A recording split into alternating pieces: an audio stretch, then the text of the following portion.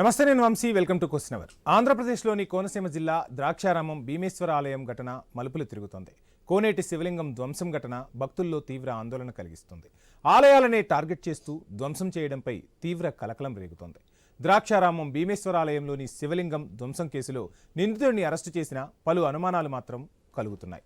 అయితే ఆలయంలోని అర్చకుడిపై కోపంతోనే శివలింగాన్ని ధ్వంసం చేసినట్లు అనుమానితుడు పోలీసుల విచారణలో ఒప్పుకున్నట్లు సమాచారం. సీసీ ఫుటేజ్ ఆధారంగా తోటపేటకు చెందిన యువకుడిని అదుపులోకి తీసుకున్నారు పోలీసులు. ఇంకా ఘటనపై లోతైన దర్యాప్తు కొనసాగిస్తున్నారు.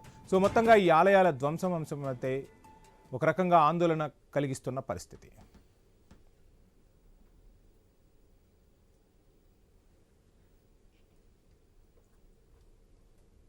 కొంతమంది అంటే మీడియాలో ఏం సర్క్యులేట్ అవుతుంది అంటే హీఈస్ అ కన్వర్టెడ్ క్రిస్టియన్ కానీ అలాంటి ఏం లేదు. అతనికి చూస్తే అతని బాడీ మీద కొంచెం శివ్ భక్తులు లాగా ఉన్నారు. బాడీ మీద టాటూస్ కూడా ఉన్నాయి. So all that is not correct. He is like Hindu, devoted Hindu practising this religion. అంతా మేము అతను దగ్గర నుంచి అంత బట్టలు ఏమి వేసుకున్నారు, అది టైంకి అతను స్కూటీ వెపన్స్ కూడా ఏం యూజ్ చేశారు, ఇది అంతా సీజ్ చేయడం జరిగింది. And accordingly will produce him for remand. That's all.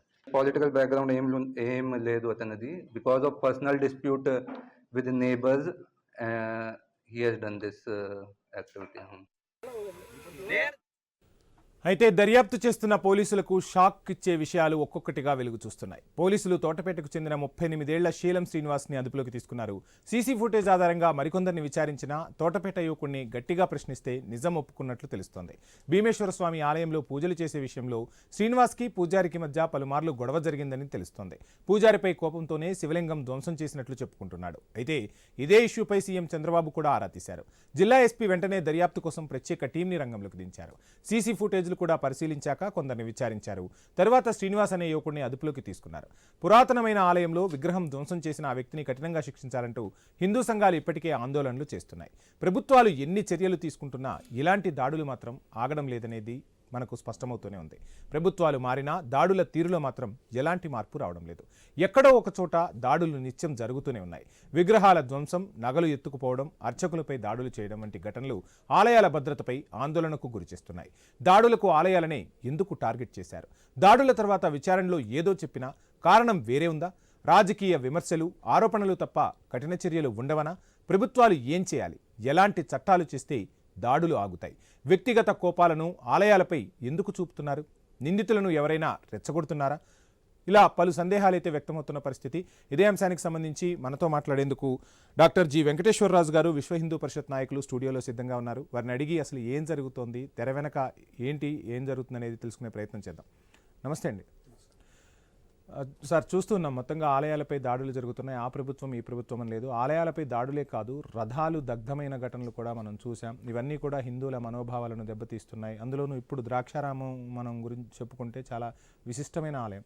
So అటువంటి విశిష్టమైన ఆలయాల్లో పురాతన కాలం నుంచి ఎన్నో పూజలు అందుకున్న శివలింగాన్ని ఓ వ్యక్తి ధ్వంసం చేయటం, అక్కడ ద్రాక్షారామం వాసులనే కాదు, మొత్తంగా హిందూ సంఘాలన్నీ కూడా ఆందోళన వ్యక్తం చేస్తున్న పరిస్థితి. భక్తుల మనోభావాలు దెబ్బతింటున్నాయి. ఏంటి అసలు ఆలయాలని దాడులు చేయడం కోసం టార్గెట్గా ఎందుకు ఎంచుకుంటున్నారు? ఏంటంటారు? ఇది వ్యక్తిగతం కాదండి. ఇప్పుడు కపిలేశ్వరం ఘాట్లో జరిగినటువంటి ఆ యొక్క ఏదైతే ధ్వంసమైనటువంటి ఆ యొక్క భీమేశ్వర లింగం ఏదైతే ఉందో దాన్ని ఒకసారి మనం గమనిస్తే ఆ శీలం శ్రీనివాస్ అనేటువంటి వాడిని మనం అరెస్ట్ చేసినటువంటి పరిస్థితులు మనకు తెలుసు. అయితే అక్కడ తీసుకున్నటువంటి ఆ యొక్క ఎస్పీ తీసుకున్నటువంటి ఆ చెప్తున్నటువంటి విషయాలన్నీ ఒక విషయము, అక్కడ జరుగుతున్నటువంటి విషయాలు వేరు. ప్రతి విషయంలో కూడా అదే జరుగుతున్నది. ఇప్పుడు ఏదైతే దాడులు చేస్తున్నారో ఆ దాడులు చేసిన వాళ్ళు ఏదో ఒకటి, ఎందుకంటే వాళ్ళ బ్యాక్గ్రౌండ్ వేరే ఉంటుంది, వీళ్ళు చెప్పేది వేరే ఉంటుంది. ఒకవేళ కనుక నిజంగా చెప్పితే కమ్యూనల్ డిస్టర్బెన్సెస్ వస్తాయి అనేటువంటిది ఒకటి పెట్టేస్తూ ఈ సెక్యులర్ అనేటువంటి పదం ద్వారా, సెక్యులర్ అనేటువంటి భావజాలం ఏదైతే ఉందో దాని ద్వారా ధ్వంసం చేస్తున్నటువంటి పరిస్థితి మనందరికీ తెలుసు. ఇంకొక విషయం ఏంటంటే యథా రాజా తథా ప్రజ. ఆ రాజరికం ఏ విధంగా ఉన్నాయో ఇదివరకు మనకు అందరికీ తెలుసు. ఇదివరకు తిరుమలలో ఉండేటువంటి పరిస్థితి, ఆ లడ్డు అసలు నెయ్యే కాదు అనేటువంటి పరిస్థితి టెస్టింగ్లో తెలిసిపోయింది. అది దీనికన్నా ముందు ఒక విషయం మనం మాట్లాడుకోవాలి. సో అప్పుడే గజనీ మహమ్మదులు వీళ్ళు దండయాత్రలు చేసిన గోరీ మహమ్మద్, గజనీ మహమ్మద్, హిందూ దేవాలయాలపై దాడులు జరిగాయి అంటే సరే, అప్పుడు వాళ్ళు దాడులు చేశారు, ఆలయాల్ని రక్షించుకోవడం కోసం రాజులు కానీ ప్రజలు కానీ తిరగబడ్డ పరిస్థితి. ఇప్పుడు ప్రజాస్వామ్యంలో ఉన్నాం, ఆలయాలకు రక్షణ ఉంటుందని చెప్తూ ఉన్నాం. ఆలయాల నుంచి వచ్చే డబ్బుని ప్రభుత్వాలకు అప్పచెప్తున్నా ఆలయాల భద్రత విషయంలో ప్రభుత్వాలు శ్రద్ధ చూపట్లేదంటారా? The places of worship act ప్రకారంగా 1991 ప్రకారంగా అనేకమైనటువంటి యాక్ట్స్ ఉన్నాయి. వాటిలలో చేసేటువంటి ప్రతి విషయానికి కూడా ప్రతి తప్పుకు కూడా కొన్ని శిక్షలు ఉన్నాయి యాజ్ పర్ లా. కానీ దాన్ని ఇంప్లిమెంట్ చేయడానికి ఎవరు ముందుకు రావడం లేదు. అంటే కారణం ఏంటి అంటే ఒక చిన్న విషయం చెప్తానండి. ఇవాళ వంశీ గారు, సపోజ్ చెప్తున్నాను, నేను ఏదైతే దాని మీద ఈవోగా పనిచేస్తున్నానో, ఏ దేవాలయం మీద అయితే నేను ఈవోగా పనిచేస్తున్నానో ఆ ఈవోకి ఏమి ఉండాలంటే ఆ దేవుని మీద భక్తి ఉండాలి. ఆ దేవుని మీద ఒక విధమైనటువంటి అంటే ప్రేమ భావన, తర్వాత భక్తి భావన, భయం అనేటువంటి భయభక్తులు అనేటువంటిది ఉండాలి, ఆరాధించే గుణం ఉండాలి. ఇవాళ పరిస్థితి ఏంటంటే ఆ దేవాలయం ఉంటుంది, ఆ దేవాలయంలో వాళ్ళు వైఖానసం చేస్తున్నారా, పాంచరాత్రం చేస్తున్నారా, లేకపోతే ఏ విధమైనటువంటి పూజాధికాలు చేస్తున్నారు, అక్కడ జరిగేటువంటి పద్ధతులు ఏంటి, ఉదయం ఏదైతే లేచినప్పటి నుంచి పవలింపు సేవ వరకు, ఏదైతే ఉదయం లేచినప్పటి నుంచి మొదలు పెడితే పవలింపు సేవ వరకు ఏమేమి కార్యక్రమాలు జరుగుతున్నాయో వాళ్ళకేం తెలియదు. వీటితో పాటు ప్రతి ఆలయానికి కూడా కొన్ని ముఖ్య ఘట్టాలు ఉంటాయి. ఇప్పుడు తిరుమల చూస్తే బ్రహ్మోత్సవాలు ఉంటాయి. వాటికి అనేకమైనటువంటి పూజాధికాలలో అనేకమైనటువంటి విధాలుగా ఉంటాయి. ఇవాళ వైఖానసం చేస్తే ఒకటి, పాంచరాత్రం చేస్తే ఒకటి, ఆగమంలో వేరే వేరే విధంగా ఉంటాయి. తర్వాత ఇంకొక విషయం కూడా చెప్తున్నాను, స్థల పురాణాన్ని బట్టి కూడా అక్కడ పూజాధికాలు ఉంటాయి. ఇటువంటి స్థల పురాణాన్ని బట్టి పూజాధికాలు ఏవైతే ఉన్నాయో వాటన్నిటిని వీళ్ళకు తెలియదు. ఎవడో వస్తాడు, ఫ్యాక్ట్ చెప్తున్నాను నేను, ఎందుకు అంటున్నాను ఆ మాట అంటే, వాళ్ళు వచ్చేసి వీళ్ళు ఈ పాపం అర్చకుల మీద పెత్తనాలు చేస్తుంటారు. నెంబర్ 1. నెంబర్ 2 ఏంటంటే వాళ్ళు అసలు ఉన్నది ఏంటంటే సేవకులు. వాళ్ళు ఎవరికి సేవకులు? వచ్చేటువంటి భక్తులకు సేవకులు. వాళ్ళు భక్తులకు ఏ విధంగా వాళ్లకు సరి అయినటువంటి సౌకర్యాలు కల్పించాలి. మంగళగిరిలో నిన్నగాక మొన్న పరిస్థితి చెప్తున్నాను, కనీసం వాళ్ళు మాకు నీళ్లు కావాలయ్యా అని చెప్పేస్తే అడిగితే ఇవ్వలేనటువంటి పరిస్థితి మంగళగిరిలో మొన్నటికి జరిగినటువంటి విషయం. అదే విధంగా ఇవాళ ఎందుకు వస్తున్నారండి? ఒక్క విషయం చెప్తే పాపం బీదవాళ్ళు అనేకమైనటువంటి బాధలకు ఓర్చి కూడా వాళ్ళు ఒక వెంకటేశ్వర స్వామి దగ్గరకో, ఒక యాదగిరి గుట్టకో, లేకపోతే ఒక శ్రీశైలానికో, లేకపోతే ఇంకేదైనా మంగళగిరికో, లేకపోతే ఇంకేదన్నా ఇంకొక అంశాన్ని కూడా మనం మాట్లాడుకోవాల్సి ఉంటుంది. సో నేను పర్సనల్గా తమిళనాడులో చాలా దేవాలయాలు, అంటే నా ఎడ్యుకేషన్ అక్కడ కాబట్టి నేను చాలా దేవాలయాల్లో చూశాను. అక్కడ కలెక్టర్ రానివ్వండి, ఎంపీ రానివ్వండి, ఎమ్మెల్యే రానివ్వండి, ఎటువంటి విఐపి సిఫారసులు ఉండవు. కానీ ఎందుకు మన తెలుగు రాష్ట్రాల్లో విఐపి కల్చర్ అనేది పెరిగిపోతుంది? విఐపీలకు అగ్రతాంబూలం ఇవ్వటం, భగవంతుడి ముందు అందరూ సమానులే కదా. సో ఆ భగవంతుడిని దర్శించుకోవడానికి కాసేపు వెయిట్ చేయలేని వాళ్ళకి అసలు ఆ భక్తి ఎక్కడి నుంచి వస్తుంది? వాళ్ళకి ఆ విఐపి సేవలు ఎందుకు కల్పించాల్సి వస్తుంది? అంత అవసరం ఏంటంటారు? వంశీ గారు, ఈ ముక్కోటి ఏకాదశి మొన్ననే జరిగింది కదా. ముక్కోటి ఏకాదశి దాని యొక్క యూట్యూబ్లలో చూస్తే కూడా, తర్వాత టీవీలలో, అసలు నిజంగా కూడా టీవీ వాళ్ళు కూడా ఆలోచించాలండి. ఒక విషయం చెప్తున్నా, అందుకే యాక్చువల్ గా ప్రతిదీ కూడా మీకు తెలుసో తెలియదు, ఐ న్యూస్ ప్రతి అంశాన్ని కూడా విశ్లేషణ చేయటం, ప్రజలకు ఏం జరుగుతుంది అని చెప్పే ప్రయత్నంలో భాగంగానే ఈ రోజు ఈ చర్చను కూడా ఐ న్యూస్ మీ ముందుకు తీసుకొచ్చింది. అబ్సల్యూట్లీ. ఇవాళ అన్యమతస్థులు కూడా అధికారులుగా వాళ్ళు చలామణి చేస్తున్నారు. అన్యమతస్థులు అధికారులుగా చలామణి చేస్తున్నప్పుడు వాళ్ళకి ఏం భక్తి ఉంటుంది, వాళ్ళకి ఏం భయం ఉంటుంది, ఆ దేవుని మీద వాళ్ళకు ఉండేటువంటి నమ్మకం ఏముంటుంది, వాళ్ళు ఏం చేస్తారు భక్తుల మీద. చిన్న ఉదాహరణ చెప్తాను, మన అందరికీ తెలుసు, ఇది ఎలక్ట్రానిక్ మీడియా, ప్రింట్ మీడియా అన్నిట్లో ప్రతి అంశం గురించి మనం మాట్లాడదాం. విఐపి బ్రేక్ దర్శనాల గురించి కూడా మనం మాట్లాడాల్సిన అవసరం ఉంది. దీనికి సంబంధించి మాట్లాడే ముందు ఒకసారి బ్రేక్ తీసుకుందాం. State back to question sir, మొత్తంగా చూస్తున్నాం. సో మనం మాట్లాడుకుంటే మొన్న ముక్కోటి ఏకాదశి సందర్భంగా చూస్తే తిరుమలలో అంతా సెలబ్రిటీలే. నిజంగా సామాన్యుడు భగవంతుడిని ఎక్కడ దర్శించుకున్నాడు అంటే మీరు ఎక్కడ చూడండి మొత్తం సెలబ్రిటీలకు సంబంధించిన న్యూస్. ఈ సెలబ్రిటీ అక్కడికి వచ్చారు, ఆ సెలబ్రిటీ ఇక్కడికి వచ్చారు.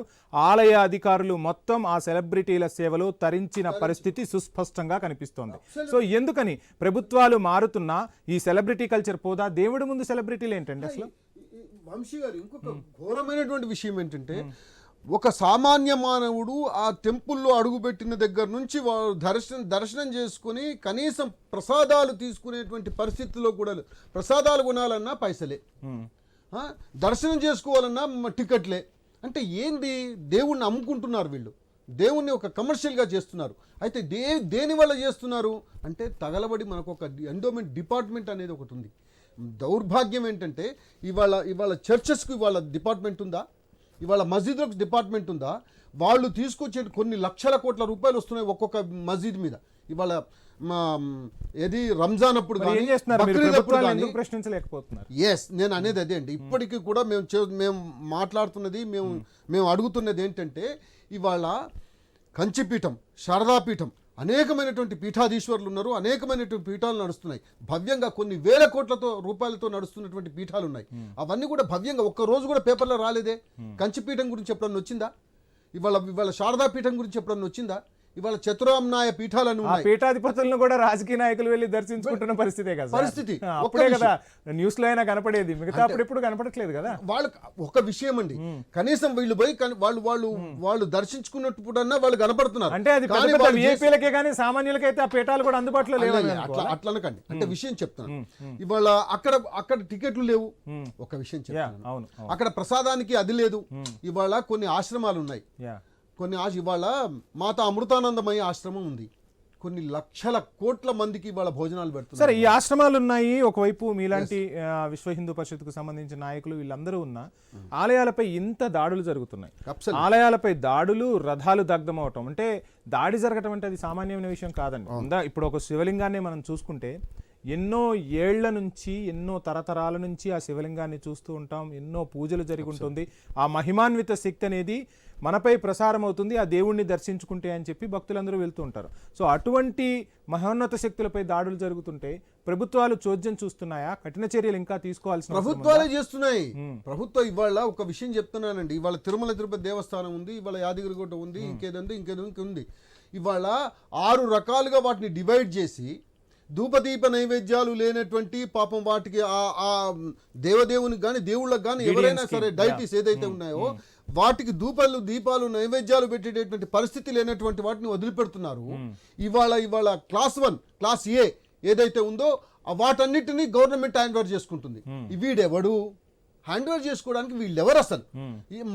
ఇప్పుడు హైందవ జీవన విధానంలో దేవుణ్ణి కొలవడం అనేటువంటిది ఒక బ్రహ్మాండమైనటువంటి ఒక పద్ధతి అంటే అందరినీ మేము కూడా నమస్కరిస్తూ చేస్తాం. అందుకొరకే సర్వదేవ నమస్కారం కేశవం ప్రతిగచ్చతి అని, ఆకాశ పతితం తోయం యథాగచ్చతి సాగరం, సర్వదేవ నమస్కారం కేశవం ప్రతిగచ్చతి అనేటువంటిది హిందూ ధర్మంలోనే ఉంది ఒక విషయం. కానీ ఈ సెక్యులర్ అనేటువంటి ఒక చిన్న ఉదాహరణ చెప్తా వంశీ గారు, ఎంత దరిద్రమైనటువంటి విషయం అంటే తిరుమల తిరుపతి దేవస్థానంలో ఆ యొక్క టీటీడీ బోర్డు మెంబర్ను ఒక ఆమెను మెంబర్గా పెట్టారు. ఆమె నేను క్రిస్టియానిటీని నమ్ముతున్నాను కాబట్టి నాకు ఆ దేవుడి మీద నమ్మకం లేదు, నేను ఎట్లా చేస్తా, నేను ఆ దేవుడికి సేవలు ఎట్లా చేస్తా, నేను చేయలేనని చెప్పేసి ఆమె వెనుకకు పోయింది. నెంబర్ 1. నెంబర్ 2, ఒక అసిస్టెంట్ ఎగ్జిక్యూటివ్ ఆఫీసర్ ఆమె రోజు వెనుక నుంచి వచ్చేది. అరే ఏమ్మా నువ్వు ముందు నుంచి రావచ్చు కదా, ముందు నుంచి వచ్చి నీ సీట్లో కూర్చోవచ్చు కదా, మీరు వెనక నుంచి ఎందుకు వస్తున్నావు అని చెప్పి అడిగితే ఆమె ఇచ్చిన సమాధానం ఏందో తెలుసా? నేను ముందు నుంచి కనుక వస్తే వెంకటేశ్వర స్వామి ఫోటో ఉంది బ్రహ్మాండంగా, ఆయనను దర్శించుకొని నేను వచ్చి కుర్చీలో కూర్చోవాలి, నాకు అది ఇష్టం లేదు, కాబట్టి నేను వెనక నుంచి కూర్చుంటాను అంటుంది ఆమె. పరిస్థితి అదండి.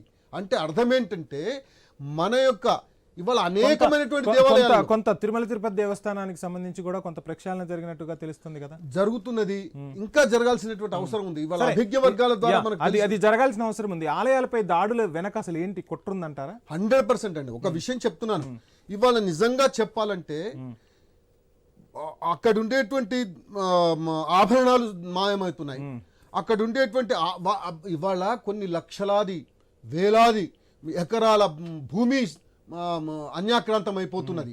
ఇవన్నీ ఎక్కడున్నాయి ఇవాళ ఎవరికి తెలుసు? ఇవాళ సింహాచలం భూమి, కొన్ని వేల ఎకరాల భూమి ఇవాళ లేదు. ఇవాళ ఎక్కడ పోయింది ఆ భూమి? ఎవరు తీసుకున్నారు? ఎవరు ఏం చేస్తున్నారు? ఇవాళ డిపార్ట్మెంట్ ఏం చేస్తున్నది ఇవాళ? ఇటీవల చూసాం మనం గోవిందరాజస్వామి ఆలయానికి సంబంధించి కూడా పైన ఏవో మార్పులు చేశారు. సో మార్పులు చేర్పులు చేసేటప్పుడు ఆగమశాస్త్ర నియమాల ప్రకారం చేయాలి, అక్కడ అర్చకుల్ని కన్సల్ట్ అవ్వాల్సి ఉంటుంది, హిందూ ధార్మిక సంస్థలు ఉంటాయి. మరి ఆగమం ప్రకారంగా ఆ దేవాలయంలో ఉండేటువంటి ఆగమం ప్రకారంగా అది ఏది చెప్తే అక్కడ అది చేయాల్సి వస్తుంది. వాళ్ళందరినీ కూర్చేసి వేద పండితులు ఉంటారు అక్కడ, ప్రధానాచార్యులు ఉంటారు అక్కడ, ఉప ప్రధానాచార్యులు ఉంటారు అక్కడ, వాళ్ళందరినీ కూర్చోబెట్టి వాళ్ళతో వాళ్ళ యొక్క సంప్రదింపులు చేసి వాళ్ళతో చేయాల్సినటువంటి అవసరం ఉంటుంది ఇక్కడ. కానీ వీళ్ళు ఇష్టం వచ్చినట్టు చేయడం అసలు అది పద్ధతే కాదండి. ఇంకొక విషయం కూడా చెప్తున్నాను, ఇవాళ మేము ఓపెన్గా మీ ఐ న్యూస్ ద్వారా మీ యొక్క నిజంగా కూడా చాలా మంచి ప్రోగ్రాం తీసుకున్నారు మీరు. మేము ఒక విషయం అడుగుతున్నాం, ఇవాళ వేరే అన్యమతస్థులకు లేని డిపార్ట్మెంటు మా హిందూ దేవీ దేవతలకు, మా హిందూ టెంపుల్స్కి ఎందుకు? మాకు ప్రభుత్వాన్ని కన్సల్ట్ అయ్యారు? ఎన్నోసార్లు కన్సల్ట్. ఏం చెప్తున్నారు? అయితే విషయం ఏంటండి, ఇవాళ ప్రజాస్వామ్య దేశం, సెక్యులర్ దేశం. దరిద్రం ఏంటంటే 1947లో ఇవాళ పాకిస్తాను బంగ్లాదేశ్ విడిపోయినప్పుడు వాళ్ళేమో కమ్యూనల్ దేశాలు అయిపోయినాయి, ఇస్లామిక్ కంట్రీస్ అయిపోయినాయి ఆ రెండు. ఇవాళ మనదొక్కటి మాత్రం సెక్యులర్ కంట్రీ అనేటువంటి తగలబడినటువంటి ఆ యొక్క ఏదైతే అదొక పదం ఏదైతే ఉందో అది కూడా మన కాన్స్టిట్యూషన్లో లేదండి. కాన్స్టిట్యూషన్లో మన రాజ్యాంగంలో తర్వాత దాంట్లో పెట్టినటువంటి సెక్యులర్ అనేటువంటి పదాన్ని తర్వాత పెట్టారు. ఎమర్జెన్సీ పీరియడ్లో ఇందిరాగాంధీ పెట్టినటువంటి పరిస్థితి ఇది. ఈ తగలబడినటువంటి అంటే వాళ్ళు ఏంటంటే మనం ఇప్పటి వరకు కూడా అత్యంత 2014 వరకు నేను చెప్తున్నాను, నేను ఓపెన్గా చెప్తున్నాను, నేను 14 వరకు ఏదైతే ఉందో అప్పటి వరకు ధ్వంసమైనటువంటి చరిత్ర మన యొక్క. నేను ఇప్పుడు అదే అడగబోతున్నా మిమ్మల్ని, చరిత్ర ఇప్పుడు అంటే ఏం జరగాలంటారు? అంటే ఇప్పుడు ఆలయాలను ఒకప్పుడు ఆ గుడికి సంబంధించిన ధర్మకర్తలు ఉండేవాళ్ళు, ఆ ధర్మకర్తలు లేదంటే ఆ వంశపారంపర్యంగా ఆలయాలను రక్షించే వాళ్ళు, ఆ గ్రామ ప్రజలు చూసుకునేవాళ్ళు. ఇప్పుడు ప్రభుత్వం ఉంటుంది, పోలీసులు ఉంటున్నారు, నిత్యం దాడులు జరుగుతున్నాయి, ఇంత టెక్నాలజీ వచ్చింది. ఆ దాడులు చేసిన తర్వాత సింపుల్ గా చెప్పే ఒక సమాధానం ఏంటంటే మతి స్థిమితం లేక చేశాడు, లేదంటే వాళ్ళపై వీళ్లపై కోపంతో చేశాడు అని నేను చెప్తున్న పరిస్థితి. వంశీ గారు ఇంకొక ముఖ్యమైన విషయం చెప్తాను. ఇవాళ అనంత పద్మనాభ స్వామి టెంపుల్ ఉంది కదా, అనంత పద్మనాభ స్వామి టెంపుల్లో అపారమైనటువంటి సంపద వచ్చింది. ఉన్న ఫ్యాక్ట్ చెప్తున్నాను, అంతులేని లెక్క విలువ కట్టలేనటువంటి సంపద వచ్చింది. అయితే సెక్యులర్ వాదులు, సెక్యులర్ వాదులు ఏం చేశారంటే అదంతా దేశానికి ఇచ్చేయండి, అందరికి సమాజానికి పనికొస్తుంది అది అని చెప్పేసి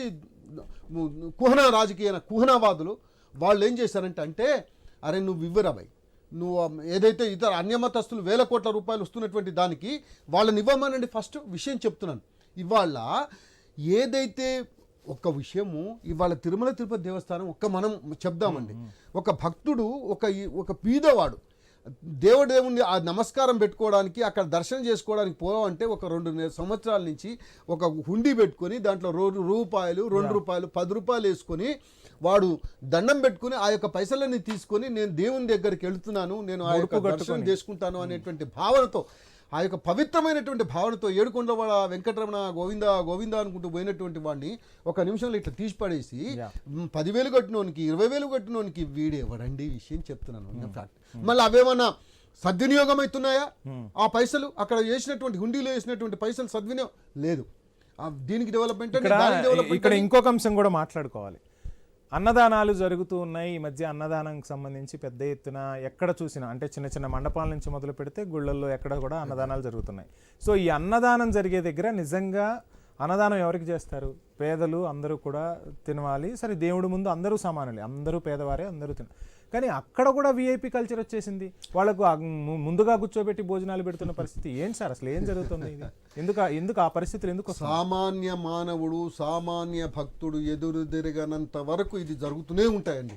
ఉన్న ఫ్యాక్ట్ చెప్తున్నాను, ఇది నిజం. ఎందుకంటే వాళ్లకు ఒక విషయం అండి, ఇవాళ మేము దర్శనానికి వెళుతున్నాము, దర్శనానికి వెళుతున్నప్పుడు మేము అందరూ సమానమే భగవంతుని ముందట అనేటువంటి భావన వీళ్లకు ఉండడం లేదు. ఆ వచ్చినటువంటి భక్తులు కూడా ఏదో మన పని మనం చేసుకుని వెళదాంలే అనేటువంటి నిస్తేజమైనటువంటి భావన, తత్వం పోయిందంటారు. అదే కదా ఇప్పుడు మొట్టమొదటి నుంచి మనం 1947 నుంచి అంటే ఈ 1000 సంవత్సరాలు ఏదైతే 1000 సంవత్సరాలు మనం బానిస బతుకులలో బ్రతికాము. ఇవాళ ఒక చిన్న ఉదాహరణ అండి, ఇవాళ కాశ్మీర్లో కొన్ని లక్షలాది మంది హిందువులను భయానకమైనటువంటి విషయంలో వాళ్ళని చంపేశారు. యా కానీ ఒక్కడన్న పైకి వచ్చాడండి, నేను అరే నా తల్లిని, నా చెల్లెను, నా అక్కను నేను ఇక్కడ వీళ్ళు సంహరించారు, నేను 10 మందినైనా సంహరించి నేను ఒక నా యొక్క అది తీర్చుకుంటానని ఒక్కడన్నా బయటకు వచ్చాడండి?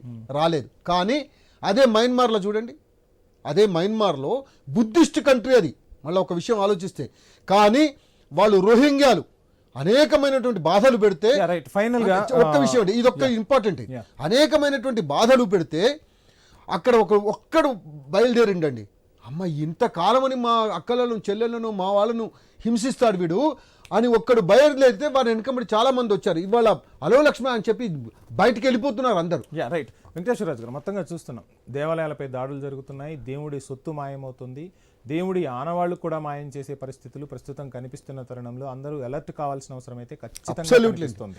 ప్రతి హిందువు మేల్కోవాల్సినటువంటి నేపథ్యంలో ప్రభుత్వాల బాధ్యత ఎంత, సమాజం బాధ్యత ఎంత, ధార్మిక సంస్థల బాధ్యత ఎంత, ఏం చేయాలంటారు?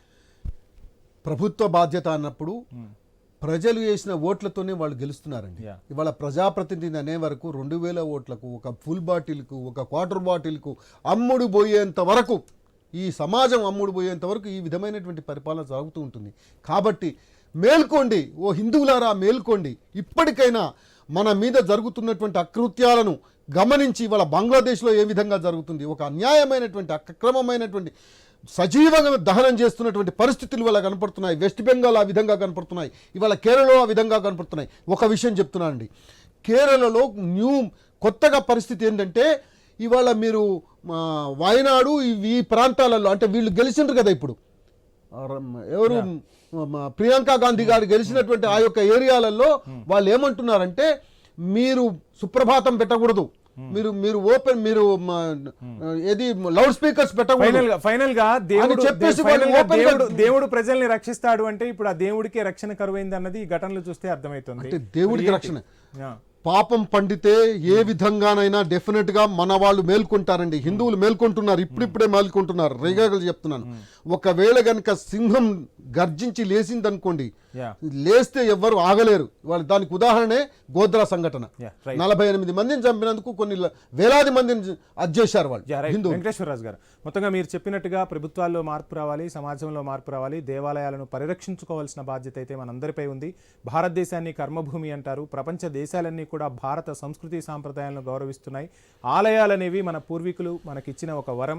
ఆ ఆలయాలకు వెళ్తే ప్రశాంతత వస్తుంది, మనకు ఒక శక్తినిచ్చి ఆలయాలను కాపాడుకోవాల్సిన బాధ్యత అందరిపై ఉంది. సో ఆలయాలపై దాడులను అయితే ఖచ్చితంగా ప్రతి ఒక్కరూ ఖండించాలి. అటువంటి దాడులు జరగకుండా ప్రభుత్వాలు కూడా చర్యలు తీసుకోవాలని కోరుకుందాం. చర్చలో పాల్గొన్న వెంకటేశ్వరరాజు గారికి ఐ న్యూస్ తరపున ప్రత్యేక ధన్యవాదాలు. ఇది వాళ్ళ క్వశ్చన్ అవర్. Stay tuned.